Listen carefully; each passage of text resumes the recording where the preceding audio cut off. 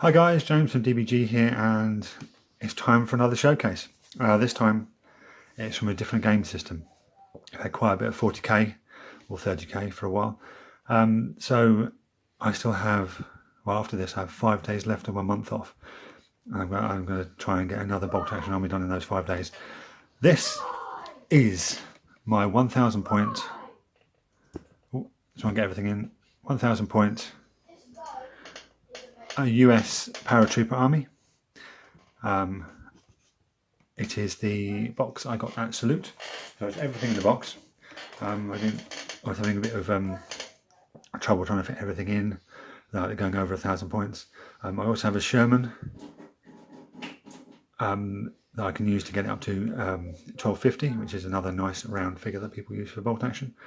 But I'm just going to walk you through everything and show you a few of my favourite miniatures. Like I said, this has taken me 3 days to do. It's amazing what you can do when you don't have to go to work, and like me, you're a fast painter. So in front here we have, just here we have a medic, we have the second lieutenant and his best mate. We have a squad of 10 paratroopers there with 3 SMGs and a BAR, which is a Browning automatic rifle, if you did not know. Over there we have a M1 57mm anti-tank gun, which is modelled on the British 6-pounder. The Americans actually liked something the British did for a change. At the back there you have 3 machine gun teams, because Americans can take 3 medium machine gun teams as one choice in your organisation. One can be a heavy machine gun. So we have a 30 cal, a 50 cal and another 30 cal. At the back we have another 10-man squad. This time they are armed with a 30 cal, 3 SMGs and a BAR. They're designed to stay at the back and give supporting fire, while the 2 other squads, of which that one there with the BARs and SMGs, can move forward and take objectives. And then last but not least, at the back there we have a 81mm mortar with the spotter. So without further ado, let me just readjust my tripod to try and get everything in shot. Yeah, without further ado, let's have a look at some of these things. The glue on some of the flock is still a bit wet, so I may not pick up a couple of things just in case. I've been waiting, I've been itching to paint while I was waiting to go for most of the day, but I've been waiting for glue to dry and paint to dry on all the bases, so I can finish this lot off and move on to the next one. I haven't got the space to work on something while something is drying, so kind of slowed me down today. I wanted to get a squad or something else done, but you know, things around that. Anyway, here's me blathering away. Now, here is the medic. This is actually quite a cool model. If I can get it to focus. Yeah, unfortunately my lighting is still not that great. He is armed with a pistol, which will be the obligatory Colt 1911. I didn't use any of the decals supplied in the box, mainly because of time constraints. I didn't have enough time to slap the decals on all these guys. I made them look good because you've got to put them on, and they're tiny wee. You've got to put them on, you've got to put your micro set on, or microsol, whichever one it is, or both of them. Which conforms it to the rest of the miniature. Then you have to go in round it, because that leaves a gloss finish. You have to go in round it with, I find Lamia Medium is brilliant. That also seals the decal and protects it. But that will add an extra day onto this, and I won't be able to get the other thing finished by the time my next commission arrives. So there's the medic. This guy here, let me just move this light, see if I can get a bit of extra light. There we go. Here is the second lieutenant. Focus. Focus. Here we go. And he is nonchalantly sucking on a cigar, which I've done a little glow on the end.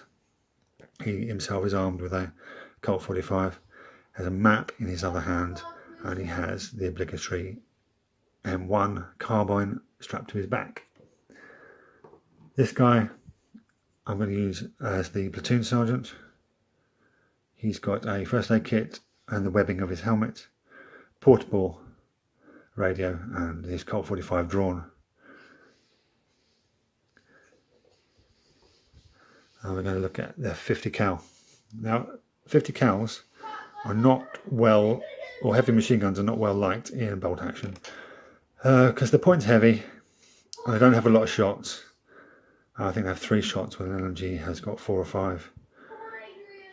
But what they can do is they can take out, well, at a push they can take out a light armor vehicle, I think an armor 7, because I think they have +2 to the roll, and you roll a d6. And if it's +1, they can still glance, sorry I'm using 40k terminology, they can glance a vehicle to death, they can pin it.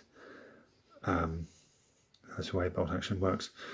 Also they can take out soft-skinned vehicles such as jeeps and trucks and the like. Right. I found, here we go, focus, no, oh there we go. I found that some of the arms leave a bit of gapping, and there's I doubt, yeah, a bit of green stuff is needed to fill in the gaps. But you'll see that this is the later, I think it's the M43 uniform, which is that green that the US carries through right up until Vietnam.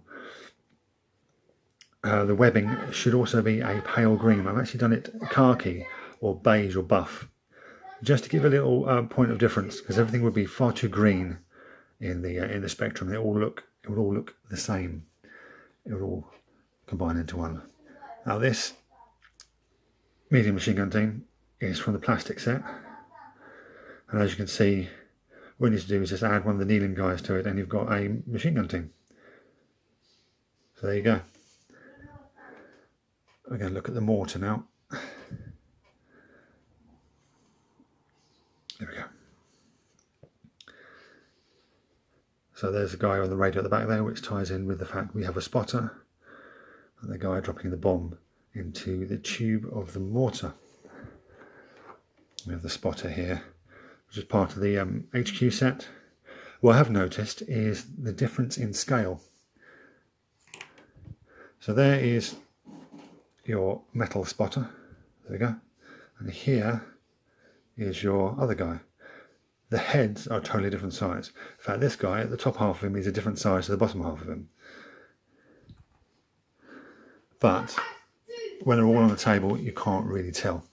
That's what I've noticed with all the crews, all the metal crews, like the 50 cal, the 57mm and the mortar. All the metal crew is considerably smaller than the plastic kits. And lastly, we'll look at the gun, and then we'll talk about the basing and the reason why I said what I said in the previous video, if you remember. So here's the 57mm gun, like I said, modelled on the British 6-pounder.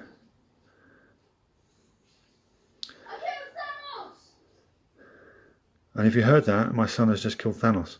So there's the there's the anti-tank gun, which is essential for all infantry forces to have something that can take on a tank or an armoured vehicle. Also, they can fire a small blast template, which represents a small the HE rounds that they had. Right, as you can see, the bases I've used a mix of green tufts, flower tufts, and normal static flock. And the idea of this, guys, was to, because of the date of the uniforms, I wanted to do Normandy, really couldn't do that. So I went for Market Garden, which, as you know, there was 2 US Airborne divisions at Market Garden, the 82nd All Americans and the 101st Screaming Eagles. But I thought the flowers and the grass would looked quite like the meadows and large open ground that the paratroopers landed in when they landed. Now these guys, they were going to be 101st. I know they're the poster boys because of Band of Brothers, but I couldn't bring myself to do 82nd. You only get 101st and 82nd decals on the sheet. The reason I can't do 82nd is there is a lot of evidence to suggest that it's the 82nd Airborne's fault that Market Garden didn't succeed. I'm not going to say failed. It didn't succeed or didn't go as far as it could have done. And if you take what happened in the film Bridge Too Far, that was a film paid for by American money, so you're not going to show American generals making mistakes. There is a YouTuber, a historian called Tick. He has a whole thing on Market Garden. I'm not going to go into it, but you can watch him, and he goes into a great amount of detail about it, and he's got a massive amount of stick for it. But the evidence is there, and people just don't see. With history, you have to look at, I believe you have to look at multiple sides to find out what happened in a particular historical situation. That attitude has only recently come about because everyone believes what they read, what they're told, what they see in films. You know, if someone sees a historical film, unless you have some historical knowledge, you're going to go, oh, that's how it happened. But it didn't. But yeah, I'm not going to go into it because it'll turn into a massive rant, and this is supposed to be a showcase. So yeah, that's the reason why these guys were going to be 101st. Now they're just generic. They can be anywhere, anyone from Market Garden right way through to the crossing of the Rhine. So yeah. So what's next? What's next is going to be another bolt action army. It's going to be SS. And now I'm going to find a way to speed paint SS. Now, if you've seen the SS camouflage, that could be quite difficult. Easiest way to do is to do oak leaf, not P dot. Oak leaf is just patches of colour, whereas P dot I have to go in with a really fine brush and do little dabs. So yeah, you might find a lot of them have grey trousers instead of full camo. But that is what I'm going to be working on next. So, as usual guys, do check out our affiliates, Goblin Gaming and White Shark Gaming. Links are in the description. There is a link that if you click on it, I can't remember which one it is, but it goes straight through to the web store and we get some points and that helps us out. Do all the YouTube stuff, like and subscribe, tell all your friends, tell your cats and dogs and everyone, and hopefully we can get up to 2,000 subscribers this year. We're slowly creeping up. We're on 1644 last time I checked. There's only 300 odd to go before we are at 2,000 subscribers, which would be very cool. And once again, thank you for watching, and I'll catch you guys next time.